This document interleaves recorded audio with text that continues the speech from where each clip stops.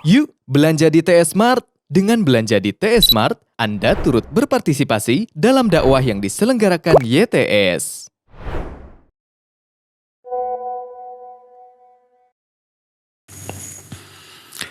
Taib. Bismillahirrahmanirrahim. Assalamualaikum warahmatullahi wabarakatuh.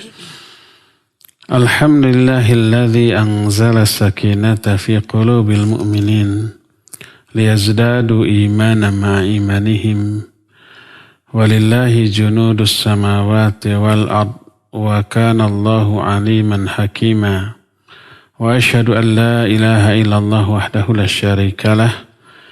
Wa asyhadu anna Muhammadan abduhu wa rasuluh. Ya ayyuhalladzina amanu taqullaha haqqa tuqatih wa la tamutunna illa wa antum muslimun. Wa ba'd. Para pendengar radio Tarbiyah Sunnah Bandung, di mana saja Anda berada, khususnya para anggota Majelis Ta'lim Mumtaz Indonesia, para alumni haji dan umrah di bawah penyelenggaraan Travel Mumtaz Indonesia ataupun Nasratul Ummah Travel, di mana saja Anda berada. Juga para pendengar radio-radio lain, para pemirsa TV manapun, serta para netizen melalui akun manapun di mana saja Anda berada. Alhamdulillah kembali kita berjumpa untuk melanjutkan kajian kitab Ad-Da'u wad-Dawa susunan Al-Imam Ibnu Qayyim rahimahullahu ta'ala. Pada pertemuan kemarin kita sudah menjelaskan salah satu dampak buruk dari maksiat, yaitu maksiat mengundang laknat. Sebaliknya maksiat juga menghalangi doa Rasul alaihi salatu wassalam dan doa para malaikat. Kita tahu setiap saat para malaikat itu mendoakan kaum muslimin, mendoakan ampunan, mendoakan rahmat, mendoakan surga, mendoakan keselamatan dari api neraka. Demikian juga Rasul kita alaihi salatu wassalam. Semuanya didoakan kecuali ahli maksiat, sebagaimana yang sudah kita terangkan di pertemuan yang lalu. Nah, tak kurang mengerikannya adalah salah satu di antara dampak buruk dari dosa dan maksiat adalah akan terkena azab kubur yang mengerikan. Jenis azabnya itu disesuaikan dengan jenis dosa atau maksiat yang dilakukan oleh orang tersebut ketika di dunia. Ada yang lebih mengerikan, ada yang cukup mengerikan. Tapi seenteng-enteng azab di alam kubur itu tidak ada bandingannya dengan penderitaan, kesakitan yang dialami oleh manusia di dunia. Dan apa yang teralami sebagai azab kubur di alam kubur oleh ahli maksiat gak seberapa dibanding azab neraka di akhirat nanti. Di antara azab kubur yang Allah akan timpakan kepada ahli maksiat adalah dijelaskan dalam salah satu hadis. Riwayat Imam Al-Bukhari dalam kitab Sahih Bukhari dari Samurah bin Jundub radhiyallahu an. Kata Samurah, kana an-nabiy sallallahu alaihi wa alihi wasallam mimma yukthiru an yaqula li ashabihi hal ra'a ahadun minkum min ru'ya. Qala fayaqussu alaihi man sya'allahu an yaqussu. Wa innahu qala lana dhata ghadatin innahu atani al-lailata atiyan wa innahuma imba'athani wa innahuma qala li intaliqa wa inni intalaqtu ma'ahuma wa inna atayna ala rajulin mudtaji' wa idha akharun wa idza akharu qa'imun 'alaihi bisakhrah wa idza huwa yahwi bisakhra li ra'sihi fayathlabu ra'sahu wa yatadahdahu al-hajar hahuna fayatba'ul hajar fayakhudhuhu fala yarji'u ilaihi hatta yasiha ra'suhu kama kan thumma ya'udu alaihi fayaf'alu bihi mithla ma fa'ala maratal ula. Qal qultu lahuma subhanallah ma hadha qala li intaliq. Kata Samurah bin Jundub, Nabi SAW adalah orang yang sering bertanya kepada para sahabat, ada enggak di antara kalian yang tadi malam mimpi? Kalau ada, ceritakan. Ada sahabat yang mimpi, diceritakan. Suatu saat ba'da salat subuh, Nabi SAW bersabda kepada para sahabat, tadi malam ada 2 orang yang mendatangiku. Kedua-duanya diutus kepadaku. Kedua-duanya berkata, ayo kita pergi. Aku pun pergi bersama keduanya. Dan tiba-tiba kami menemukan seseorang laki-laki yang terbaring. Di sampingnya ada orang yang berdiri dengan membawa sebuah batu besar. Tiba-tiba orang itu menimpakan batu besar itu ke kepala orang yang berbaring tadi. Ditimpakan, keceret. Sampai itu kepala penyet. Kebayang nggak sakitnya? Iya. Otaknya berhamburan, darahnya semuanya. Kemudian menggelindinglah si batu tersebut ke arah sana. Dia ikuti batu itu, kemudian dia ambil lagi itu batu, diangkat lagi. Dan kembali ke orang yang berbaring tadi. Ketika kembali, kepala orang yang tadi sudah pecah itu sudah kembali seperti sedia kala, utuh lagi.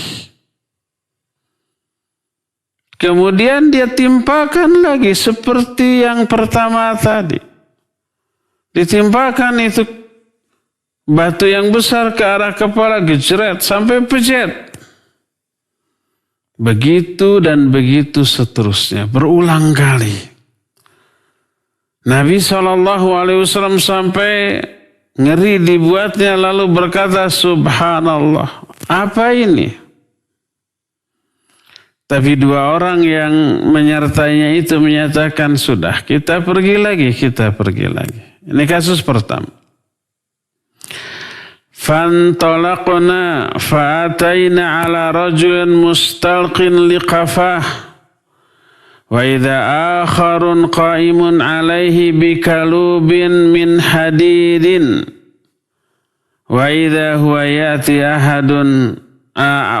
huwa ya'ti ahada shiqqai wajhihi fayusharshiru shidqahu ila qafah wa minharahu ila qafah wa 'ainahu ila qafah. Thumma yatahawwalu ila janibil akhar fayaf'alu bihi mithla ma fa'ala bil janibil awwal. Fama yafrughu min dhalikal janib hatta yasiha dhalikal janibu kama kan. Thumma ya'udu alaih fayaf'alu mithla ma fa'ala al maratal ula. Qala qultu subhanallah ma hadhani. Qala li intaliq. Kami pun kemudian berangkat lagi. Sampai tiba di suatu tempat di mana di sana ada orang yang dipegang si tengkuknya. Ada orang lain berdiri di sampingnya. Orang yang berdiri ini memegang sebatang besi yang runcing. Kemudian tiba-tiba dia tusukkan besi tersebut ke salah satu rahangnya. Sampai tembus kemana? Ke tengkuknya. Kemudian dari arah lehernya ditusuk sampai tembus ke tengkuknya.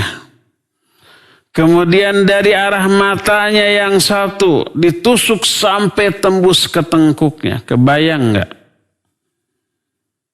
3 arah tuh. Dari arah rahang sampai ke tengkuk ke belakang. Dari arah leher sampai ke belakang. Dari arah kanan sampai ke belakang. Ditusuk. Kemudian dia beralih ke sebelah kirinya.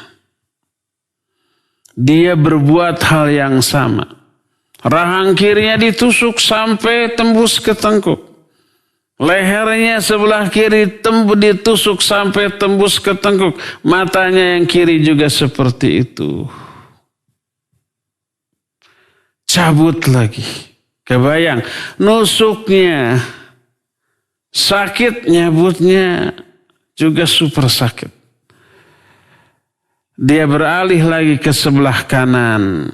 Ketika beralih lagi ke sebelah kanan, kondisi rahangnya, lehernya, dan matanya sudah sembuh seperti biasa. Kemudian dia berbuat lagi, ditusukkan lagi. Cabut, tusuk lagi sebelah lehernya. Cabut, tusuk lagi sebelah matanya. Terus cabut lagi, balik lagi ke kiri. Begitu dan begitu seterusnya. Aku bertanya, subhanallah, apa ini? Siapa kedua orang itu? Maka dijawab, sudah, kita berangkat. Ini kasus kedua.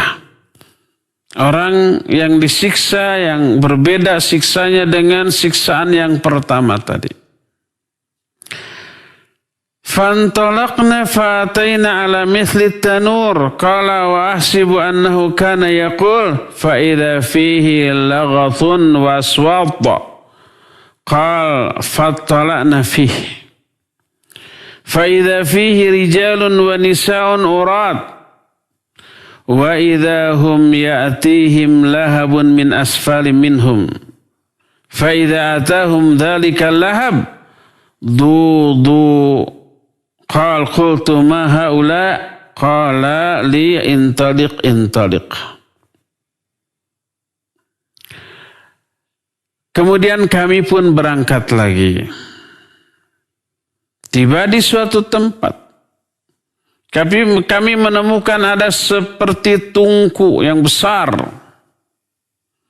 Di dalamnya ada orang yang berdesak-desakan dan suara yang riuh. Kami ngintip ke dalamnya. Ternyata di dalamnya ada laki-laki, wanita telanjang semuanya. Tiba-tiba dinyalakan api dari bawah tungku tersebut. Kemudian tahu tungku daerah di bawahnya itu lebar, luas, tapi daerah atasnya itu sempit. Ketika dinyalakan mereka kepanasan. Mereka berteriak. Berebut untuk keluar. Saling mendahului. Keluar dari tungku tersebut. Karena gak kuat dengan panasnya. Bayangkan. Orang di bawah banyak. Jalan keluarnya sempit. Berdesak-desakan. Saling sikut. Saling tendang. Saling dorong. Saling segala macam.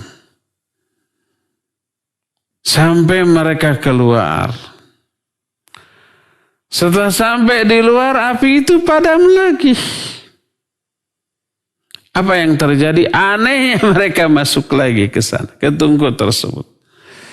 Setelah semuanya masuk lagi ke dalam, dinyalakan lagi itu. Kepanasan lagi, mencerit-cerit lagi. Kemudian mereka berebut lagi keluar. Begitu dan begitu seterusnya. Waliyadzubillah. Nabi SAW bertanya, siapa mereka itu? Ini kasus ketiga, kejadian ketiga. Kata dua orang yang menyertai Nabi di alam mimpi itu, sudah kita berangkat lagi. Fantalaqna fataina ala naharin. Hasibtu annahu kana yaqul ahmar mithla dam wa idza fin nahar sabihun yasbah wa idza ala syatin nahar rajulun qad jama'a indahu hijarah katsirah. Wa idza dzalika sabih yasbahu ma yasbah thumma ya'ti dzalika alladhi jama'a indahu al-hijarah fayafgharu lahu fahu fayulqimuhu hajaran fayantaliqu fayasbahu thumma yarji'u ilayhi kullama raja'a ilayhi فغر له فاه فألقمه حجرا قلت له ما هذان قال لي انطلق. Kami pun kemudian berangkat lagi. Tiba di sebuah sungai yang warnanya merah seperti darah. Di tengah sungai itu ada orang yang sedang berenang. Kemudian di samping atau di pinggir sungai tersebut ada seseorang yang sudah mengumpulkan batu yang sangat banyak. Ketika orang tadi sedang berenang-renang dan mendatangi pinggir, mau naik dari sungai ke atas, maka dilempari ke arah mulutnya sampai itu batunya tertelan oleh orang tersebut. Akhirnya dia kembali ke tengah. Akhirnya mau naik lagi ke daratan, dilempar sampai tertelan si batunya. Begitu dan begitu seterusnya. Nabi SAW kemudian menjawab, apa ini? Siapa mereka tersebut? Dijawab, sudah kita berangkat saja. Ini kasus keempat. Ada 4 orang dengan kondisi yang mengenaskan walaupun berbeda, tapi semuanya menderita, terazab. Fantalaqna fa'ataina ala rajulin karihil mar'ah au ka'akrihi ma anta ra'in rajulan mira'a wa idha huwa indahu narun yahushuha wa yas'a hawlaha qultu lahuma ma hadha qala li intaliq. Kami pun pergi lagi sampai berjumpa dengan seseorang yang sangat buruk rupanya. Seburuk rupa orang yang pernah kita lihat. Dan dia itu di sampingnya ada api yang menyala-nyala lalu membakar tempat di sekelilingnya. Aku bertanya, siapa ini? Udah, pergi saja. Fantalaqna hatta ataina ala rawdah mu'attamah fiha min kulli launir rabi' wa idza baina dhahranai ar-rawdah rajulun tawilun la akadu ara ra'sahu tulan fis sama' wa idza hawla ar-rajuli min akthari wildan ra'aituhum qatta qala qultu lahum ma hadha ma haula qala li intaliq. Kami pun kemudian pergi lagi. Sampai tiba di sebuah taman yang sangat besar. Taman yang rindang yang penuh dengan pepohonan, dedaunan yang hijau, yang lebat. Di dalamnya terdapat seluruh warna-warni yang indah. Di tengah taman ada seorang laki-laki yang sangat tinggi jangkung. Sampai hampir-hampir aku tidak bisa melihat kepalanya karena jangkungnya orang ini. Karena tingginya orang ini. Dan di sekitarnya ada banyak anak-anak yang aku tidak pernah melihat anak-anak sebanyak itu. Aku bertanya, siapakah orang ini dan siapakah anak-anak tersebut? Dijawab, sudah pergi. Ini kasus ke-6. Kasus ke-5-nya melihat orang yang paling buruk rupanya. Kasus ke-6-nya ada sebuah taman indah yang besar, yang rindang. Ada orang yang sangat tinggi dengan anak-anak sekitarnya yang jumlahnya banyak. Fantalaqna fantahaina ila rawdah azimah lam aru rawdah qat a'zama minha wala ahsan. Kami pun pergi lagi. Sehingga tibalah kami di sebuah taman yang sangat besar dan indah. Tidak pernah terlihat taman yang lebih besar, lebih indah daripada taman itu. Qala li irqa fiha. Kedua orang yang mengajakku itu berkata, naiklah kamu ke atasnya, ke taman itu, masuk. Fartaqaina fiha ila madinatin mabniyatin bil labini dhahab wa labini fiddah. Kami pun naik masuk ke dalam taman itu. Tiba-tiba sampai di sebuah kota yang bangunannya, batu batanya terdiri dari emas dan perak. Qal fa'ataina babal madinah fastaftahna fafutiha lana fadakhalnaha. Kami mendatangi gerbang kota tersebut. Kemudian kami minta dibukakan. Kemudian dibukakan untuk kami. Kami pun masuk. Fatalaqana rijalun syatrun min khalqihim ka'ahsani ma anta ra'in wa syatrun minhum ka'akbahi ma anta ra'in. Kami masuk, lalu kami disambut oleh beberapa orang, setengah bentuk mereka sangat bagus, setengah lagi buruk. Setengah bagus, setengah buruk. Lalu berkatalah dua orang yang menyertaiku kepada mereka, idhabu faqau fi dzalika nahar. Kamu pergi, kamu nyebur tuh ke sungai itu. Wa idza nahrun mu'taridun yajri ka'anna ma'uhul mahad fil bayad. Tiba-tiba ada sungai yang terbentang, airnya mengalir, airnya amat sangat putih. Fadhahabu fawaqau fih. Mereka pergi ke sana, kemudian mereka nyebur ke sungai itu. Setelah itu, thumma rajau ilaina, mereka kembali lagi kepada kami. Kalau tadi dalam keadaan separuh bagus, separuh buruk, qad dhahaba dzalika su'anhum.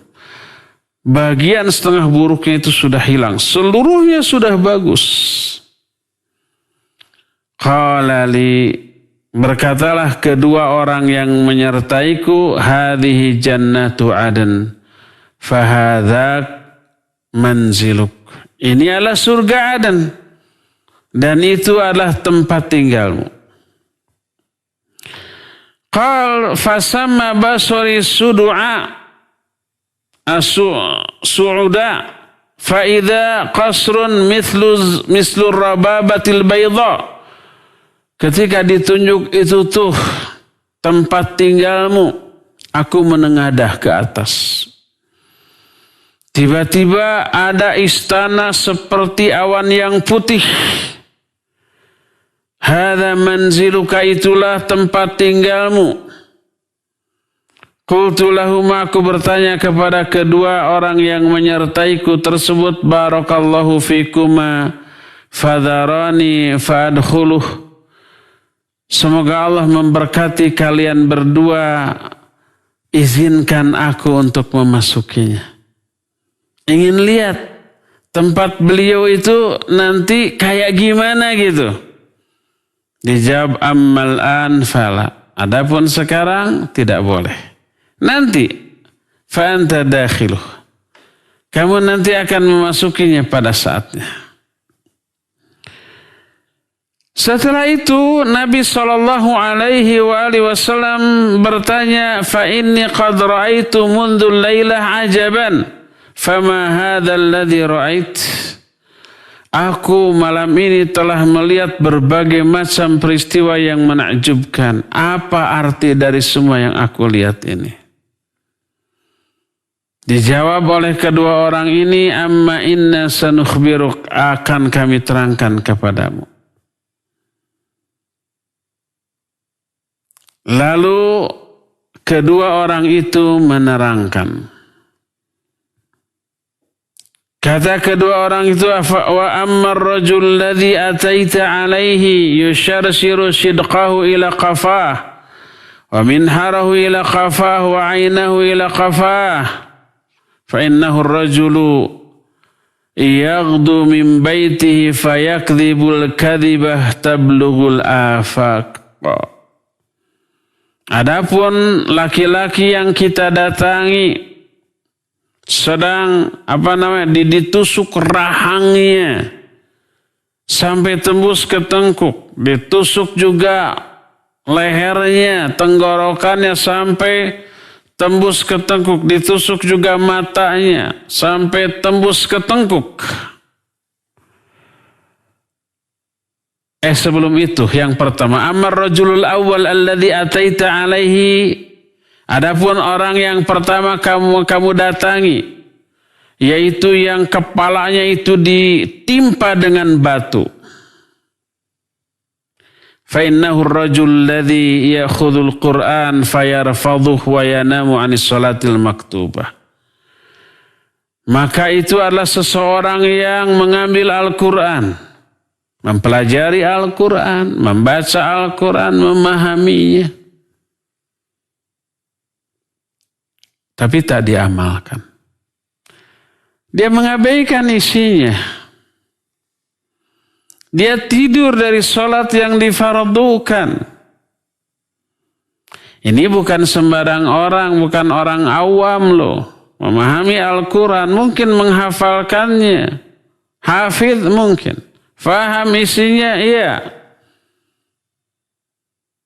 Tapi amalannya bertolak belakang dengan apa yang difahaminya. Inilah para duat, para asatid, para mubaligh, para ulama yang memahami Al-Quranul Karim tetapi perilakunya, ucapannya bertolak belakang atau tidak sejalan. Dia mengalami azab seperti itu di alam kuburnya terus sampai hari kiamat. Waliyadzubillah.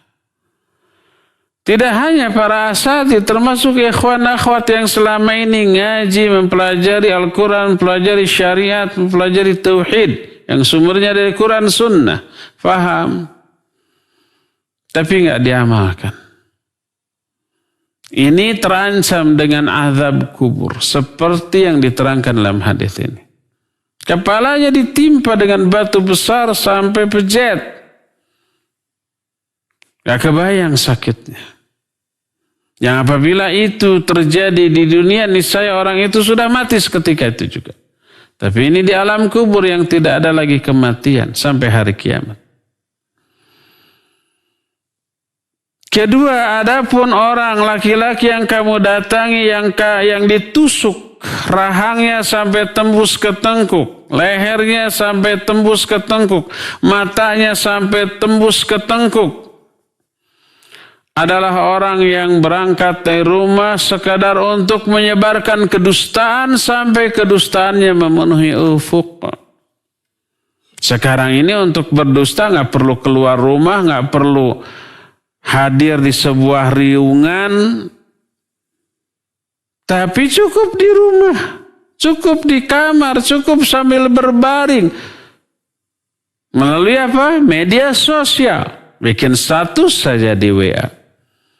Bikin status saja di media sosial apapun yang kita miliki. Atau menyebarkan berita hoax. Berita bohong, berita dusta yang kita tidak tahu kebenarannya, validitasnya. Lalu kita sebarkan. Kena nih dengan ancaman dalam hadis ini menyebarkan berita hoax, dusta. Apalagi kedustaan itu mengatasnamakan Allah dan Rasulnya. Gimana berdusta atas nama Allah dan Rasulnya? Berbicara tentang agama tanpa ilmu, dengan kebodohan.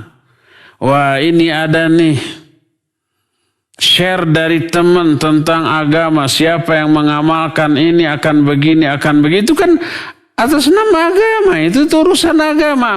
Berbicara atas nama Allah dan Rasulnya, berdusta atas nama Allah dan Rasulnya. Para Allah dan Rasulnya tidak pernah mengatakan demikian. Nggak ada ayatnya, nggak ada hadisnya, langsung di-share. Suruh share. Sampai kedustaan itu menyebar ke seluruh dunia. Hati-hati, ikhwan akhwat. Ketika membuka media sosial kita dan menggunakannya untuk menyebarkan sesuatu yang validitasnya diragukan. Baik itu berita, apalagi berita itu menyangkut kehormatan, nama baik seseorang yang kemudian dirusak dengan berita itu. Kalau benar itu gibah, kalau salah, dusta itu buhtan. Dosanya lebih besar.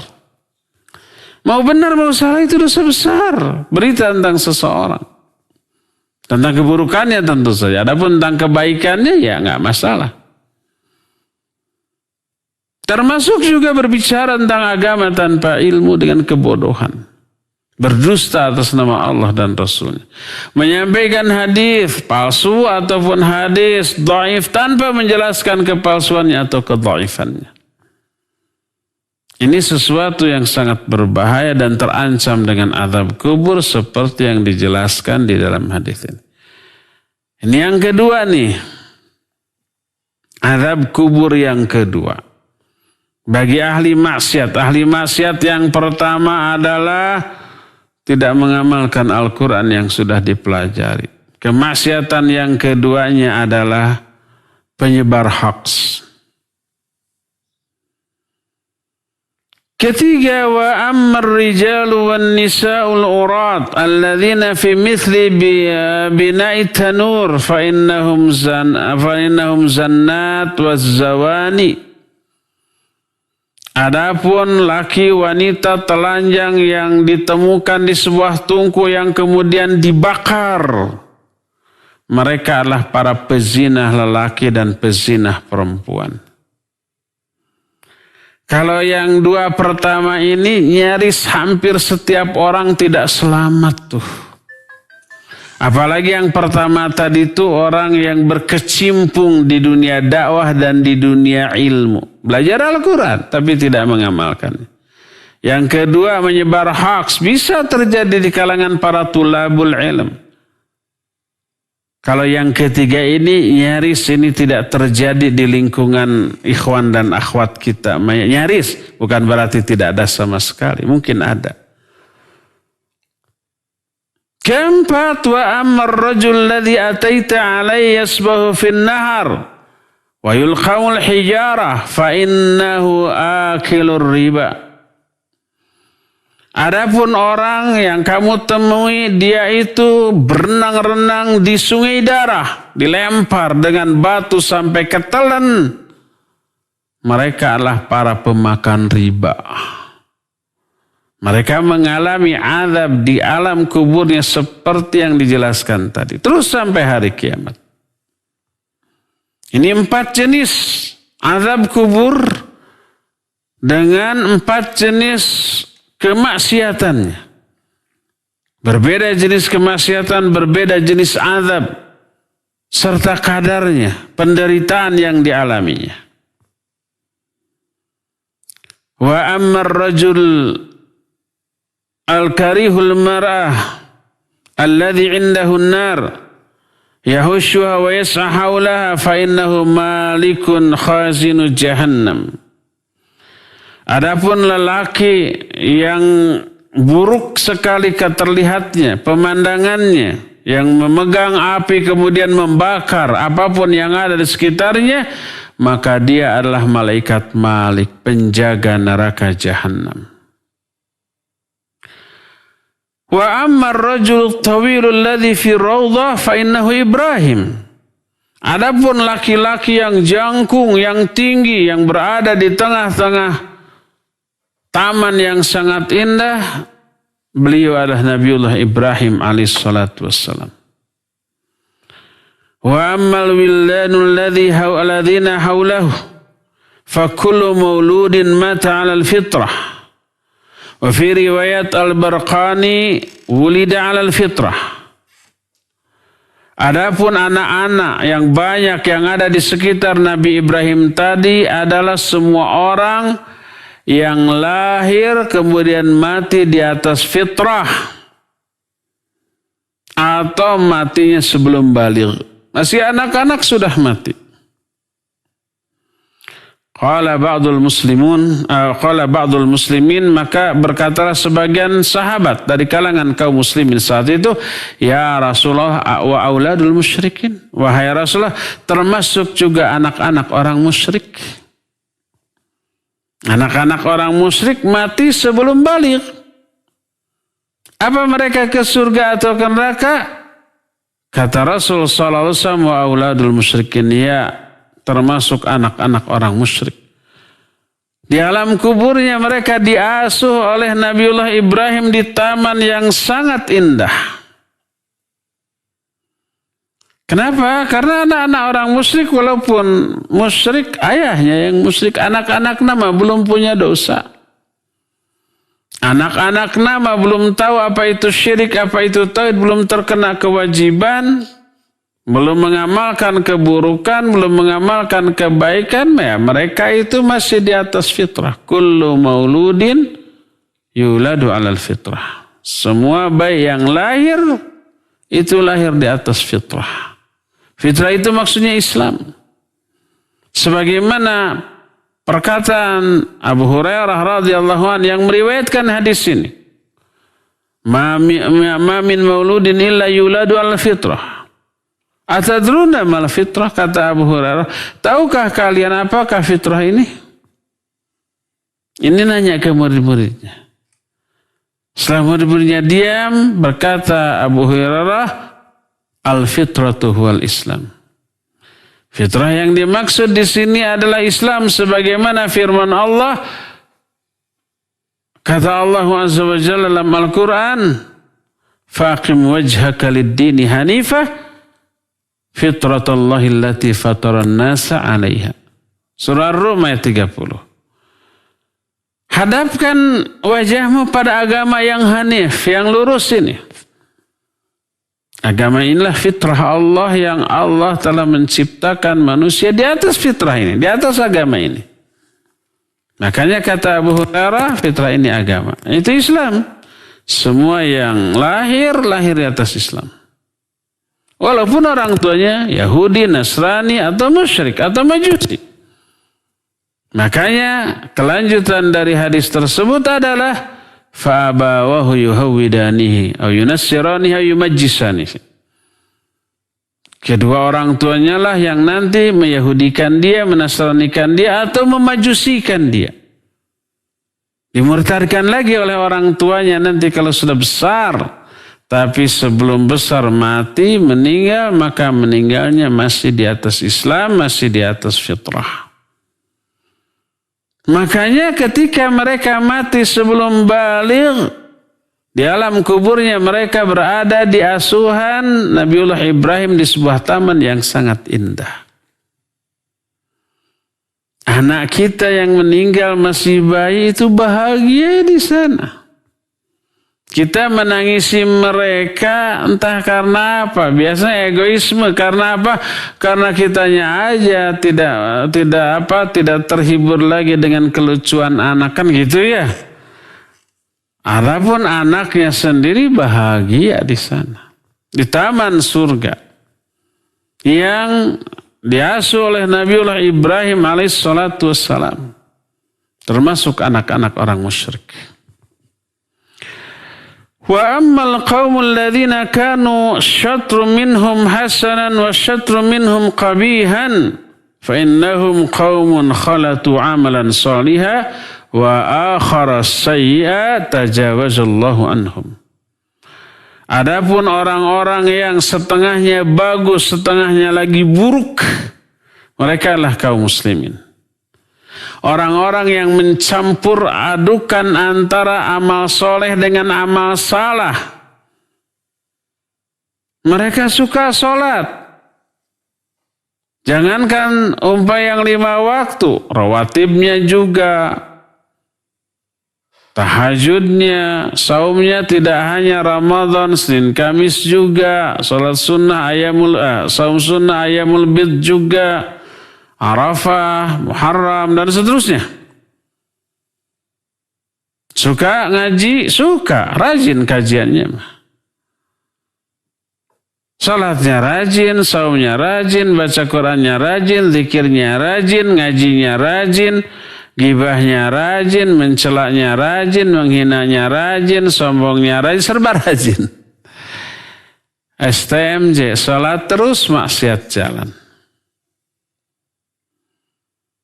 Fa'innahum qaumun khalatu amalan salihah wa akhar sayya. Campur aduk tuh, serba suka, serba dilakukan, yang baik dilakukan, yang buruk dilakukan. Tajawazallahu anhum, Allah ampuni mereka, nggak diazab. Apakah semua orang? Ini yang dimaksud dengan innallaha la yaghfira ayyushraka bihi wa yaghfira ma duna dzalika liman yasha. Allah tidak akan mengampuni dosa syirik. Kalau dosa syirik itu terbawa mati. Tapi Allah mengampuni dosa selain syirik, walaupun terbawa mati dan tidak ditobati. Semuanya enggak. Liman yasha, bagi orang-orang yang Allah kehendaki. Tidak semuanya. Ada yang diampuni, ada yang tidak.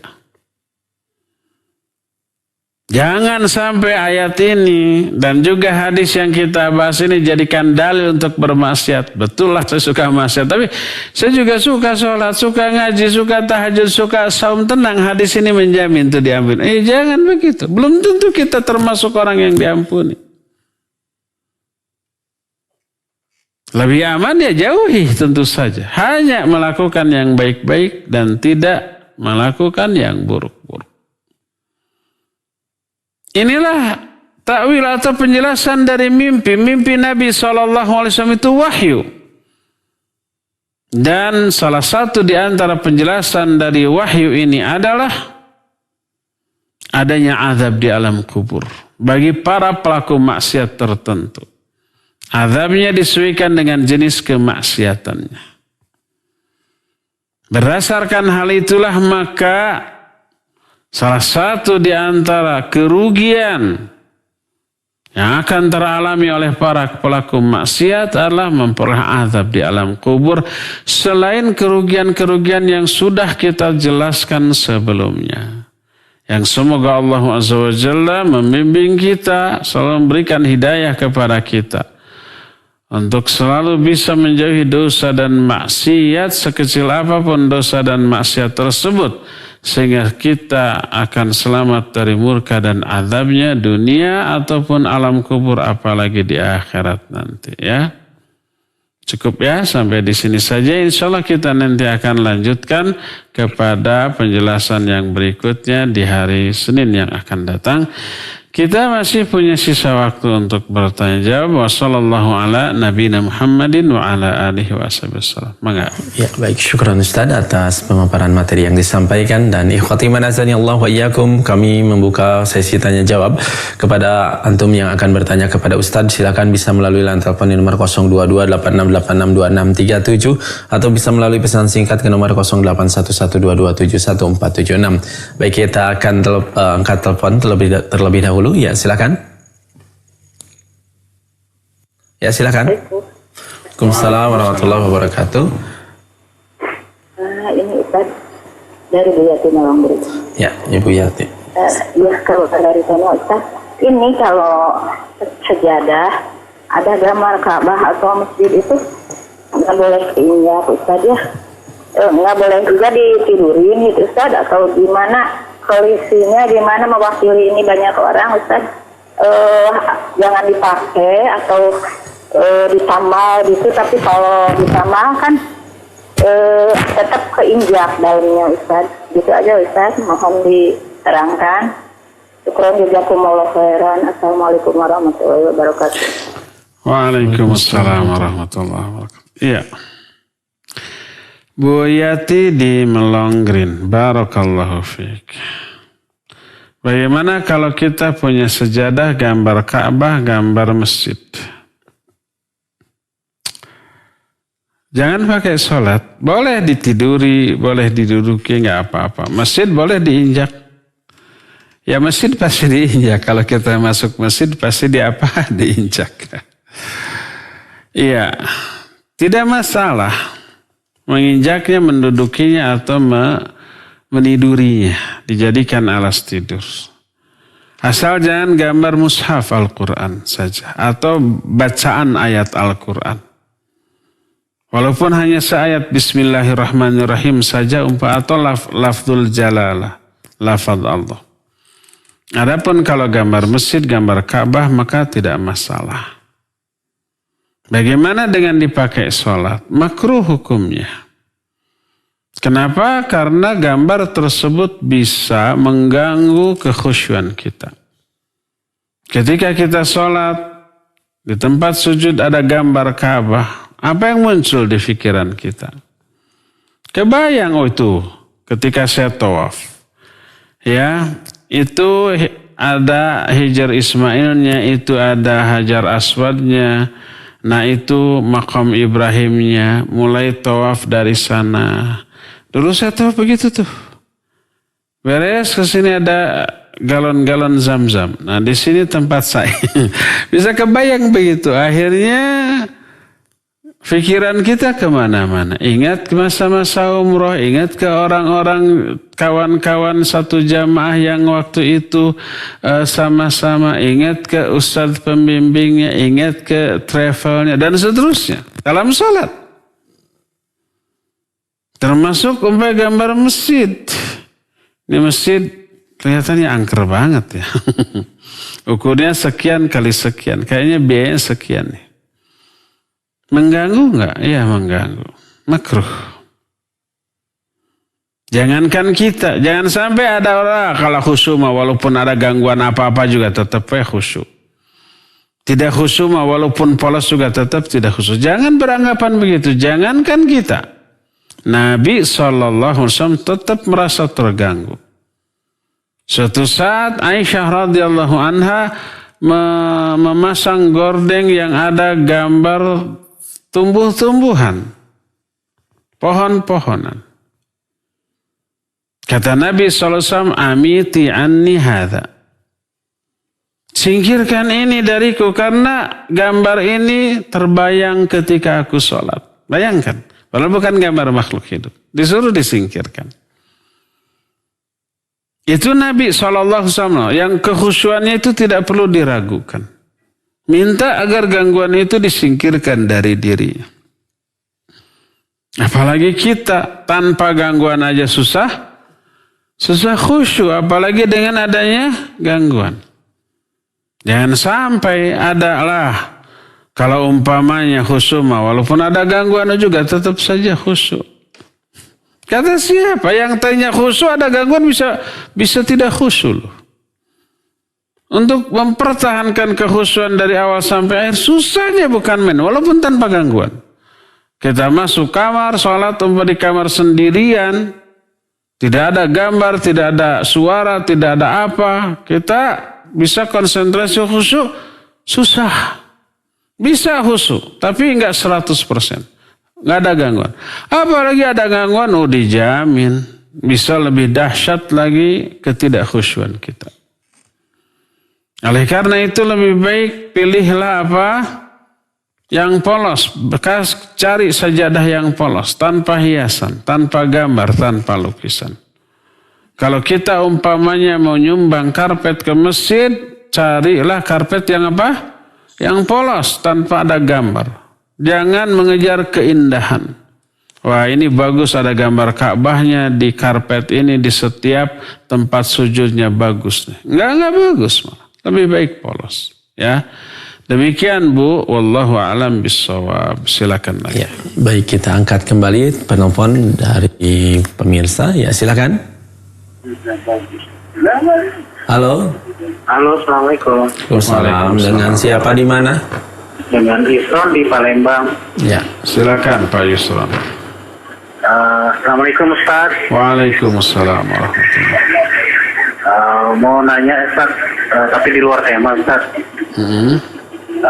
Kalau soal rekaman murotal, lalu azan, itu bagaimana hukumnya Ustaz? Apa bisa disamakan dengan azan atau murotal yang lagi dibaca langsung?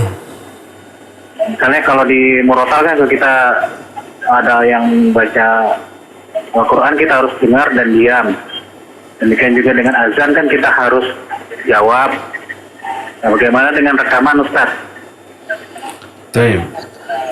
Sama ini Ustaz, kalau kita ikut rekaman kajian dari YouTube misalnya, itu kita dapat nggak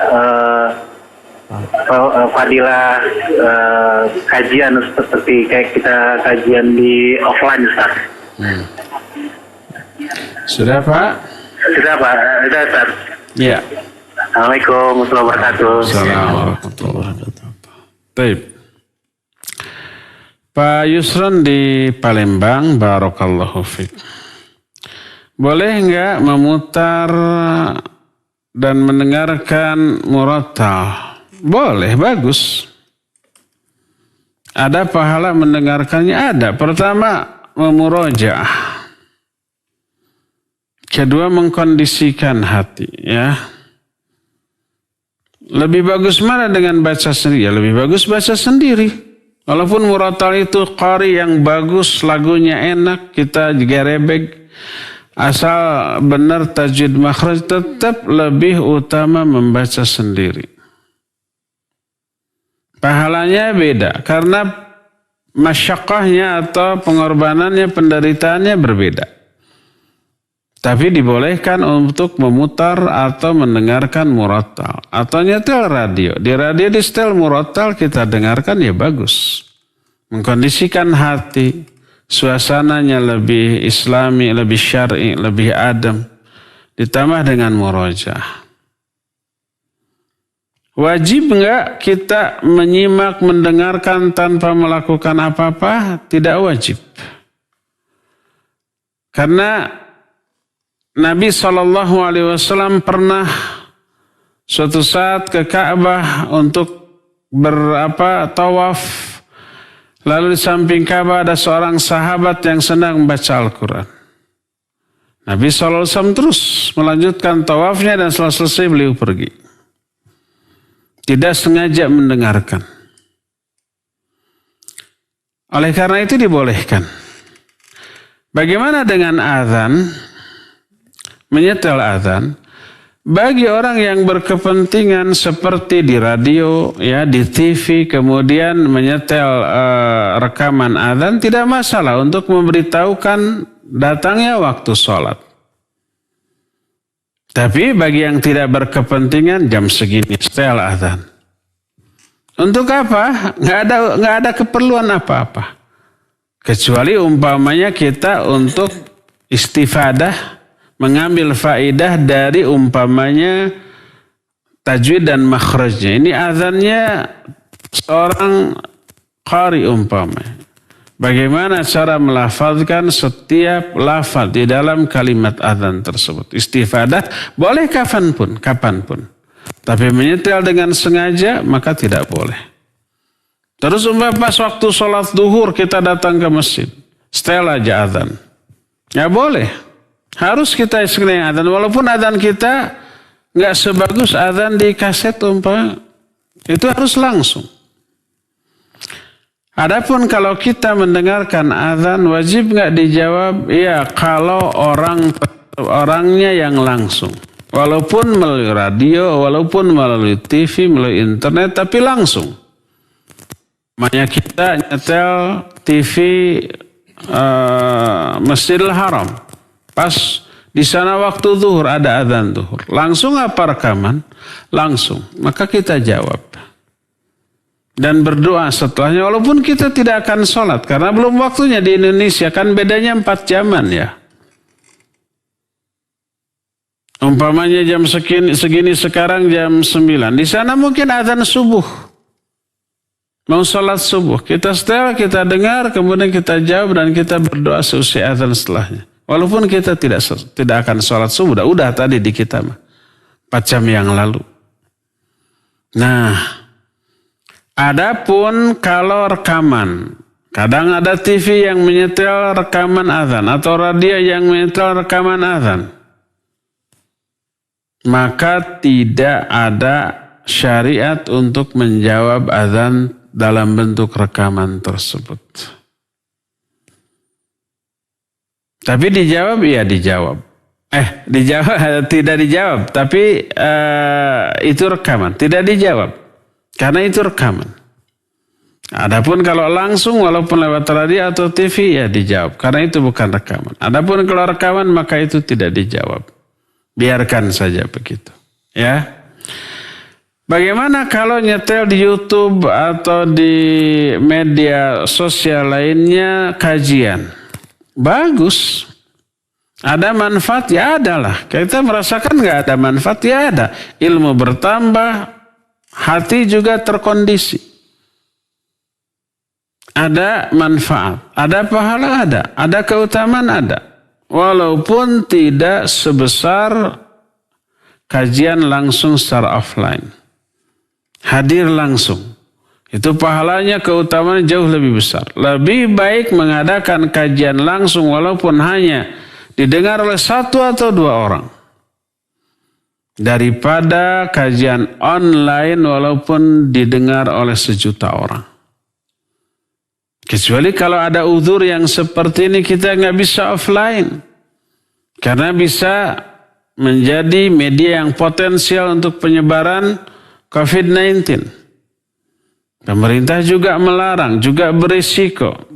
Ya jangan diadakan kajian.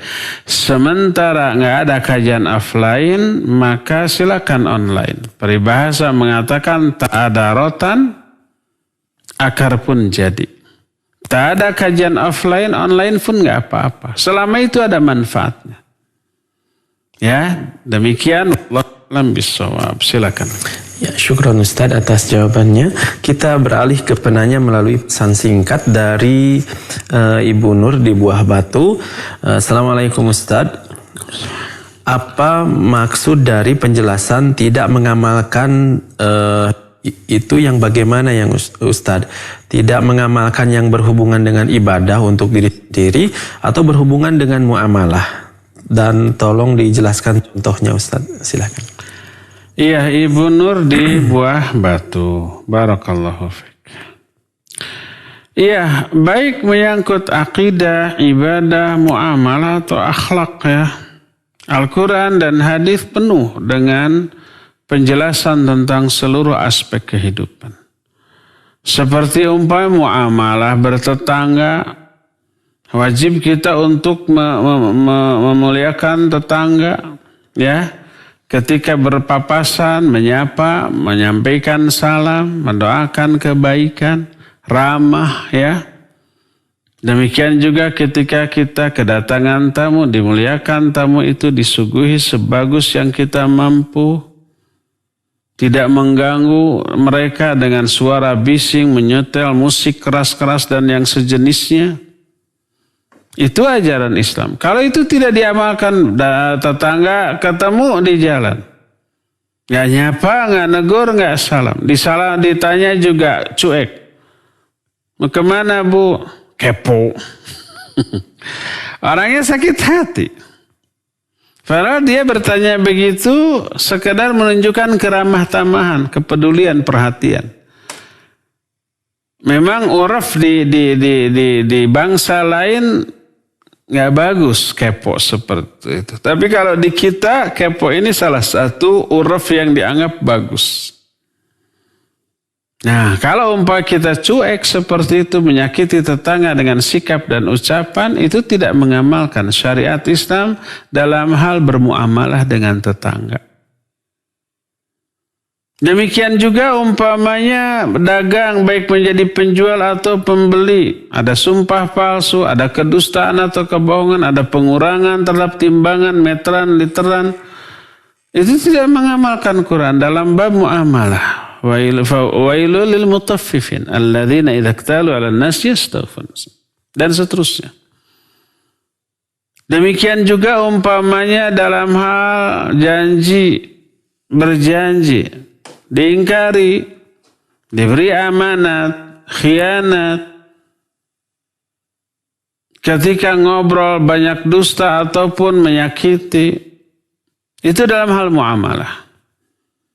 Contohnya dalam hal ibadah tidak melakukan kewajiban atau lalai melakukan ala kadarnya. Padahal kita mampu lebih baik daripada itu. Baik sholat yang 5 waktu, contohnya umpamanya kita menunaikan setiap sholat, setiap waktu. Tapi ditunda-tunda. Duhur jam 1, jam 2, baru sholat duhur. Asar jam 5. Maghrib hampir dijama dengan Isya. Isyanya nanti jam 11, tapi sebelumnya nonton TV atau melakukan hal-hal yang gak karu-karuan.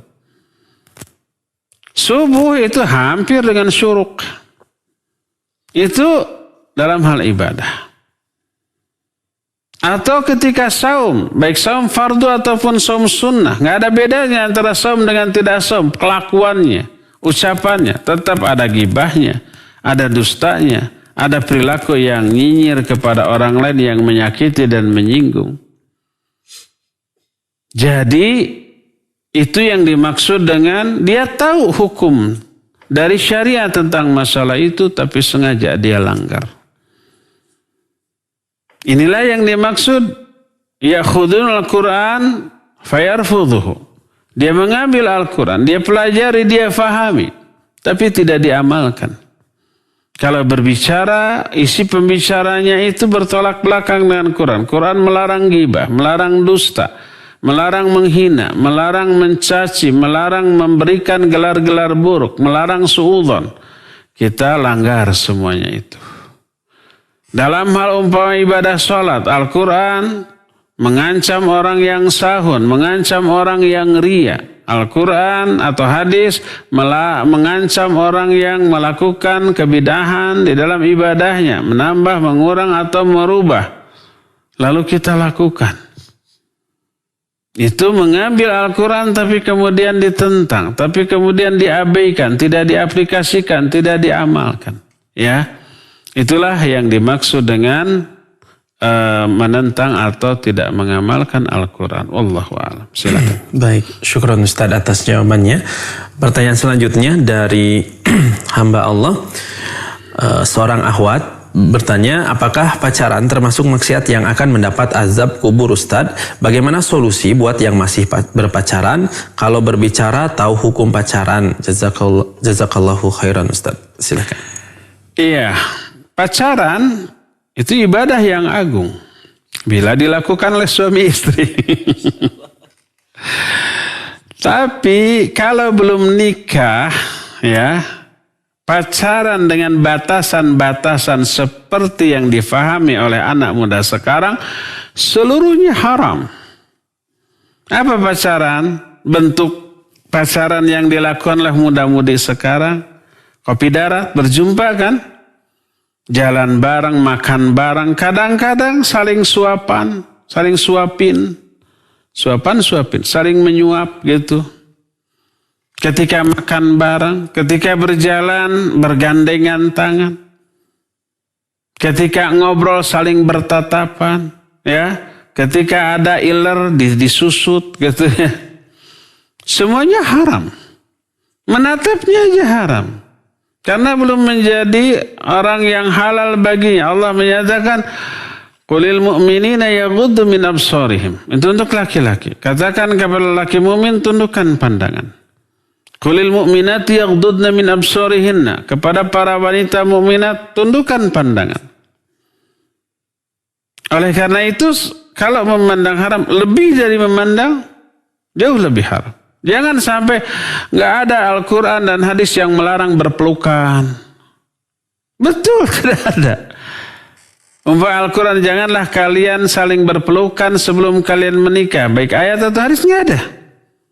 Tapi jauh sebelum itu saddud dari'ah atau tindakan preventif ya yang lebih enteng, lebih ringan daripada berpelukan sudah terlarang, yaitu memandang. Kecuali memandang dalam rangka nazar, mau menikahinya baru boleh, walaupun sampai ngintip tanpa sepengetahuan orang itu boleh. Dalam rangka apa? Mau menikahinya. Tapi kalau tidak dalam rangka itu, dalam rangka litamatu, dalam rangka hanya menikmati keindahan wajah dari pasangan sebelum menikah, maka itu haram. Komunikasinya hukum asalnya mubah.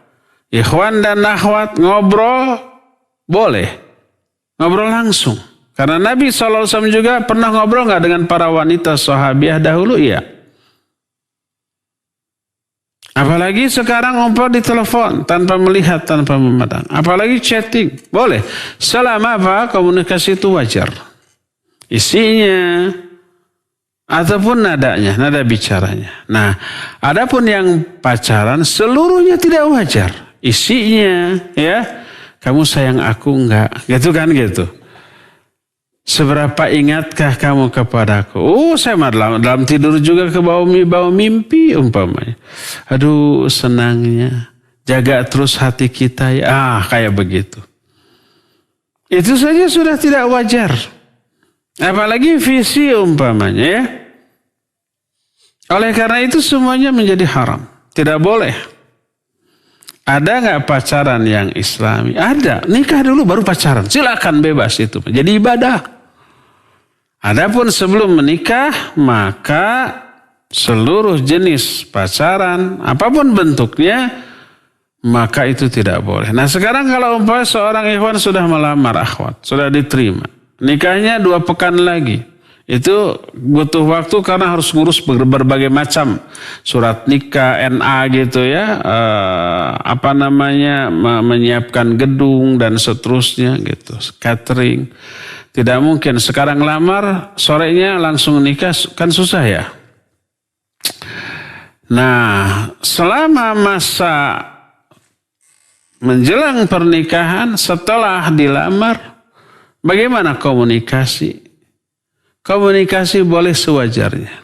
Hanya menyangkut umpamanya persiapan nikah. Bagaimana surat sudah beres? Dengan nada yang wajar. Ya, baik telepon ataupun chatting umpamanya. Bagaimana persiapan catering? Sudah siap? Bagaimana panitia? Boleh komunikasi seperti itu. Orang tua sudah siap mental, siap lafaz ijab kabulnya, gitu ya. Boleh nanya, mau apa maharnya? Boleh adu tawar. Saya mau emas 1 ton. Ditawar, kemahalan 1 gram aja. Turun. Itu turun, ini naik. Itu 1 ton, ini 1 gram. Nanti akan ketemu berapa? 10 gram. Jauh banget. Ya kemampuannya begitu ya sudah nggak masalah. Jadi selama komunikasi itu wajar, itu bukan pacaran. Boleh. Nanti pacaran setelah akad, setelah kata orang-orang menyarikan sah, umpama sah. Silakan. Mau lari langsung, mana istri saya. Boleh langsung. Nggak dipedulikan tamu-tamu. Boleh langsung, ya. Adapun sebelumnya maka jaga. Allahu a'lam. Silakan. Baik, syukran Ustadz atas jawabannya. Kita beralih ke penanya melalui pesan singkat lagi dari hamba Allah di Cirebon. Afwan Ustadz, Ana ingin bertanya, Ana selalu berusaha menyembunyikan segala ibadah yang Ana lakukan, tapi kadang di rumah suka ada teman-teman orang tua, dan orang selalu memberitahu aktivitas ibadah anaknya. Kadang tanpa ditanyai, seperti anak-anak saya rajin puasanya, anak-anak saya rajin sholatnya, dan sebagainya. Ana tidak menyukai perbuatan orang tua Ana takut ria, mohon arahan baiknya Ustadz untuk Ana. Silahkan. Sah. Hamba Allah. Hamba Allah di Cirebon. Barakallahu fiik. Menyembunyikan amal baik dan amal soleh pada dasarnya bagus dan harus demikian. Kecuali kalau menampakkannya ada maslahat, ada manfaat. Maslahatnya ditiru orang. Umpamanya seseorang hanya sholat fardu di masjid. Kalau sholat sunatnya di rumah. Baik qabla ataupun ba'da. Kecuali tahiyatul masjid ya. Nggak bisa di rumah itu. Nah, tapi apa akibatnya? Akibatnya orang-orang ngikutin si anu juga nggak sholat. Melihat begitu akhirnya dia sengaja melakukan sholat qabla dan ba'da di masjid. Untuk memperlihatkan ke orang-orang. Bukan untuk dipuji agar orang-orang apa? Mengikuti kebiasaan dia.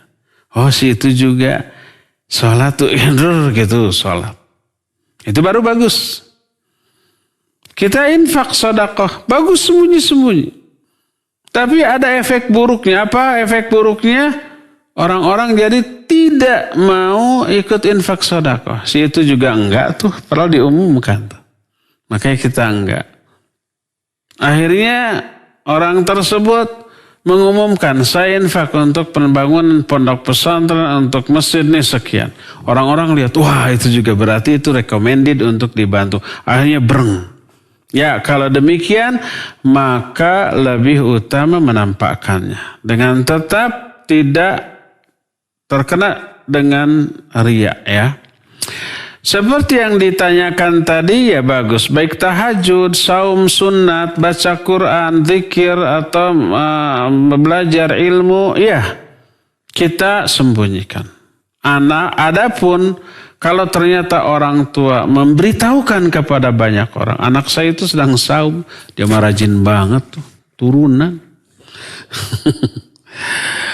Itu bukan salah kita. Ya, kita tidak dosa. Selama kita tidak kemudian menjadi ujub dan riya. Selama kita tidak pesan ke ibu, Bu. Nanti kalau ada orang-orang, bilang ya, saya sedang saum. Nah, selama kita tidak menyuruh demikian, ya, bahkan kita tidak senang ketika orang lain mengetahui kebaikan kita, ya, itu bagus-bagus saja. Boleh nggak kita ngomong ke orang tua? Boleh, tapi secara baik-baik, jangan menyinggung. Jangan sampai ada unsur menyalahkan orang tua. Mah, tahu nggak itu bisa bikin saya riak, tahu nggak? Makanya jangan bilang-bilang ke tetangga. Itu orang tua bisa tersinggung. Kalau caranya demikian, ya bilang bahwa sesuai dengan karakter kita, karakter orang tua kita. Kita tahu bagaimana cara yang baik berbicara kepada orang tua. Sesuai dengan karakter dan situasi ya. Intinya mohon untuk tidak diberitahukan kepada siapapun. Terutama di hadapan dia. Adapun di belakangnya ya itu terserah. Itu bukan kesalahan kita. Dan insya Allah selama kita tetap menjaga keikhlasan, amal ibadah kita yang tersebar ke banyak orang tidak akan memadaratkan apapun kepada kita. Wallahu a'lam. Terakhir ya. Baik. Kita akan bacakan lagi pertanyaan dari melalui baik ada telepon. Ya silakan bagi penelpon yang akan bertanya sudah masuk silakan. Ngelok deh. Sudah terputus. Ya kami undang kembali yang akan bertanya silakan kembali. Sudah ada yang masuk kembali. Halo. Assalamualaikum warahmatullahi wabarakatuh. Waalaikumsalam warahmatullahi wabarakatuh. Dengan siapa di mana? Hamba Allah dari Bogor, Bang. Ya silakan Bapak di Bogor. Assalamualaikum warahmatullahi wabarakatuh, Pak Ustaz. Waalaikumsalam warahmatullahi wabarakatuh. Barakallahu fikum. Wa Semoga fikum, Allah menjaga barakallah. Pak Ustaz dan keluarga Pak Ustaz. Amin wa iyyakum. Pak Ustaz mau nanya ini, Pak Ustaz mau nanya kalau ada seseorang dia menghibahkan atau menghadiahkan ongkos haji kepada 2 orang suami istri, Pak Ustaz. Nah, hajinya umpama haji reguler kan, kalau haji reguler di Jawa Barat ini kan lama nunggunya. Nah, jadi pertanyaan Pak Ustaz, kalau seumpama udah dibayarkan, qadarullah salah satu suami kalau nggak istri, kalau terutama pertanyaannya kalau umpama suaminya yang meninggal, istrinya itu gimana karena nggak ada mahram, maka tetap mesti berangkat apa gimana? Yang kedua pertanyaannya, kalau seumpama ya yang meninggal itu salah satu yang tadi entah suaminya atau istrinya, apakah itu uang tadi dijadikan sebagai ahli waris bagi anak-anaknya, bagi anaknya, atau dijadikan badal haji, Pak Ustaz? Kalau ada kelebihannya, nah kelebihan uangnya contohnya kalau badal haji kayak yang Anda dengar di angka 20 juta. Nah itu kalau seumpama satu orangnya 40 juta, itu kelebihannya itu juga gimana? Apa jadi harta waris atau gimana? Mohon penjelasannya Pak Ustaz. Syukran, jazakallahu khair. Assalamualaikum warahmatullahi wabarakatuh. Waalaikumsalam warahmatullahi Baik, waalaikumsalam warahmatullahi wabarakatuh. Hamba Allah di Bogor ya, barakallahu fiik. Kalau seseorang sudah memberikan hadiah kepada suami istri untuk berangkat haji reguler 20 tahun lagi, berpahala enggak? Iya berpahala. Sejak kapan? Apakah nanti kalau haji? Enggak, sejak sekarang. Sejak dia umpamanya menyerahkan uang itu, membayarkannya ke bank, udah itu pahala. Jadi atau tidak pahalanya sudah dapat. Kalau qadarullah umpama ada halangan, baik meninggal salah satunya atau kedua-duanya, atau karena halangan lain mungkin sakit, atau karena sudah terlalu sepuh tidak memungkinkan untuk berangkat. Bagaimana dengan pahalanya? Pahalanya tetap ya. Kedua, bagaimana dengan hajinya? Kalau suaminya lebih dahulu meninggal atau ada uzur, istrinya bagaimana? Istrinya berangkatlah dengan mahram lain, mungkin anaknya. Jadi jatah untuk suaminya diberikan ke anaknya, ke adiknya, ke kakaknya, atau siapapun orang yang menjadi mahram bagi si istri tersebut. Kemudian berangkat. Maka insya Allah pahala bagi orang yang menghadiahkan biaya tersebut tidak berkurang sedikit pun. Nah, sekarang bagaimana kalau dibadalkan haji? Ya, pertama kalau memungkinkan tadi diganti. Kalau umpama kedua dibadalkan haji boleh. Badalkan haji. Lebih utama umpamanya oleh orang yang tinggal di sana, di Mekah atau di Madinah. Itu lebih murah. Tidak harus bikin paspor, tidak harus bikin visa. Cuma biaya tetap ada karena nyewa kendaraan, nyewa tempat, makan dan seterusnya. Mungkin juga termasuk uang lelah bagi orang yang ininya walaupun mereka tidak berharap, tetapi ya ada inilah keingetan dari kita gitu. Lebih murah umpama 20 juta. Ada sisa 20 juta lagi bagaimana? Maka lebih utama diinfakkan, disedekahkan kepada sesuatu yang pemanfaatannya jariyah. Ke masjid, ke pondok pesantren, ke yayasan-yayasan dakwah, maka itu lebih utama daripada dijadikan sebagai harta warisan bagi ahli warisnya ya. Demikian Pak hamba Allah di Bogor ya, cukup ya sampai di sini. Insyaallah kita jumpa kembali Senin yang akan datang. Subhanakallahumma bihamdik asyhadu an la ilaha illa anta astaghfiruka wa atubu ilaik. Walhamdulillahirabbil alamin. Wassalamualaikum warahmatullahi wabarakatuh.